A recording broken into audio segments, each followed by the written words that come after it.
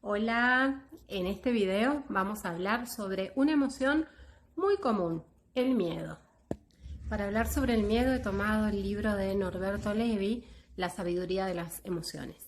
Y él dice en su libro que el miedo es una señal de una desproporción entre la amenaza que experimentamos, que puede ser real o imaginaria, y los recursos con los que contamos para enfrentar esa amenaza. Que nuestra confusión e ignorancia han convertido a esta emoción en una emoción negativa y que esta interpretación tiene que ser eliminada, tiene que ser cambiada, modificada, que sí se puede curar el miedo. ¿Cómo hacemos para curarlo? Primero tenemos que saber que hay dos clases de miedo, un miedo disfuncional y otro que es funcional. El miedo disfuncional produce angustia, inhibe, bloquea la capacidad de aprendizaje y de experiencia, mientras que el miedo funcional es aquel que utiliza la angustia como señal y pone en marcha la tarea de reequilibrar esta desproporción que hay entre el peligro al que nos enfrentamos y la capacidad de respuesta que tenemos. También tenemos que tener en cuenta, porque decíamos recién que Norberto Levi dice que es posible curar el miedo. Para curarlo, él propone tratar de transformar este miedo disfuncional en un miedo funcional. Para ello, también tenemos que tener en cuenta que el miedo tiene tres momentos. El primer momento es aquel en el que tomamos contacto con la amenaza. Recordemos que puede ser real o imaginaria. El segundo momento es la respuesta de miedo. Y el tercer momento es la reacción interior hacia el miedo experimentado. Entonces, la funcionalidad o no del miedo va a depender de esta última etapa, de este último momento, de cómo reacciono yo ante la experiencia del miedo. Norberto Levi pone como ejemplo el de un niño frente a una evaluación. El niño estudia, le va mal en el examen y los padres lo castigan. Entonces ya no tiene un solo problema, que es el de la evaluación, sino también el castigo de los padres. Esto hace que la experiencia de la evaluación sea vivida de una manera negativa y que muchos experimenten miedo porque han sentido o han vivido una experiencia similar. Ahora bien, si frente a la misma evaluación el niño rinde mal y los padres le dicen, bueno, no hay problema, te sacaste una mala nota, pero vamos a ver en qué te equivocaste para que puedas estudiar, reforzar esos conocimientos, esos contenidos y en la próxima evaluación rendir bien. El niño ya no va a experimentar esta sensación de miedo frente a una evaluación. ¿Por qué? Porque no tiene el castigo como consecuencia, sino que hay podríamos decir, un acompañamiento, una conducta positiva por parte de los padres o de quienes lo acompañan. Veamos acá que hay algo muy importante y es que en la relación entre evaluador y evaluado se forja buena parte del destino psicológico de una persona. Esto no lo digo yo, lo dice Norberto Levi en el libro que estamos trabajando hoy, La sabiduría de las emociones. Puede ser entonces la relación entre el evaluador y el evaluado una fragua curativa en la que se van resolviendo los problemas del diario vivir, o puede ser una verdadera fábrica de sufrimiento y de enfermedad.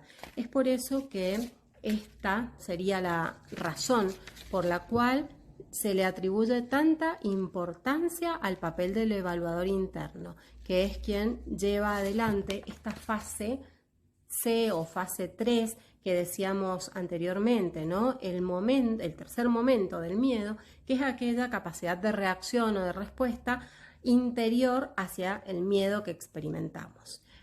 Esta respuesta va a estar relacionada con nuestro evaluador interno y con lo que nosotros, porque el evaluador interno está relacionado a su vez con lo que nosotros hemos ido interpretando y aprendiendo. Norberto Levi da un ejercicio para transformar el miedo disfuncional en miedo funcional. Y este ejercicio que él da me recuerda también otro que leí en Coaching para la Transformación Personal de Lidia Muradep, en la que ella trabaja con sillas. ¿Qué hace Norberto Levi? por un lado, en el ejercicio, primero te pide que identifiques a qué le tienes miedo. Segundo, que trates de encarnar o de visualizarte cuando sentís miedo para ver cómo sentís, cuáles son las emociones, cómo es tu aspecto temeroso. Luego que le hables a este aspecto temeroso encarnando el papel del evaluador interno y le digas cómo lo ves cuando tiene miedo. Una vez que has encarnado el papel del evaluador interno, imagina por un momento en que este aspecto temeroso puede ponerse en tu lugar y ver y sentir lo que vos le decís, ¿sí? ¿Cómo lo ves vos? Sería como un juego de roles. Después de eso, Levy dice, bueno, a ver, una vez que hemos hecho todo esto, pensemos, o pensá vos que estás haciendo el ejercicio, en qué es lo que necesita tu aspecto temeroso, qué necesita de vos para sentirse acompañado, protegido y que luego tengas un diálogo interno con este aspecto temeroso para tratar de formar un equipo y volver a ser uno, que tengan confianza uno en el otro, ¿sí? Este ejercicio que propone Levy me recuerda a uno que leí en el libro Coaching para la Transformación Personal de Lidia Muradev, en el que ella propone también esto de trabajar con distintas sillas. Entonces pensás en una situación real que tengas, un problema, te sentás en una de las sillas y escaneas tu cuerpo, ¿sí? Tus sensaciones, tus sentimientos. Una vez que has hecho eso, que has pensado en ese problema, te sentás en otra silla, que puede ser la de la persona con la que tienes el problema o la del problema mismo. Eso dependerá de vos, de qué es lo que querés trabajar. Y también vas viendo, bueno, cuál es la sensación, los sentimientos que afloran. Y el tercer movimiento que tenés que hacer es el de sentarte en una tercera posición, en una tercera silla, en la que veas las cosas desde afuera. Entonces pensemos en unir estos dos ejercicios, el de Lidia Muradev y el de Norberto Levy. Podés sentarte en una tercera silla, en una tercera posición y ver desde afuera estos dos roles, el del aspecto temeroso y el del evaluador interno. Y cómo podés hacer para compatibilizarlos. Esto mirándolo desde afuera, como si fueras una tercera persona, alguien que está afuera del conflicto, que no tiene miedo y que está viendo una persona con miedo y una persona que evalúa cómo se siente la otra persona. Para ir cerrando este video sobre el miedo, quiero leerte algunas preguntas que están en el libro Soltar para ser feliz. Y en uno de los capítulos habla sobre el miedo. Entonces, ¿qué es lo que dicen estos autores? ¿Qué preguntas colocan en el libro? ¿Puedes reconocer algún miedo que te preocupa hoy en tu vida? ¿Miedo a qué o a quiénes? ¿Qué te está informando ese miedo? ¿Cómo te condiciona este miedo? ¿Qué estás dejando de hacer por miedo?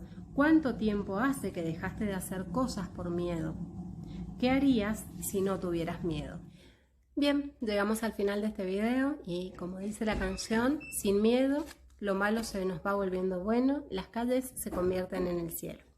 Espero que este video te haya servido, espero que puedas reconocer e identificar a qué le tenés miedo, que puedas verte con miedo, verte sin miedo y que puedas tener esa conversación interna para poder ir transformando de a poco el miedo disfuncional en un miedo funcional. Si este video te sirvió, házmelo saber con un comentario y espero que sirva, que podamos hablar más sobre las emociones y que podamos ir transformándonos en aquella persona que queremos ser. Te dejo un abrazo muy grande.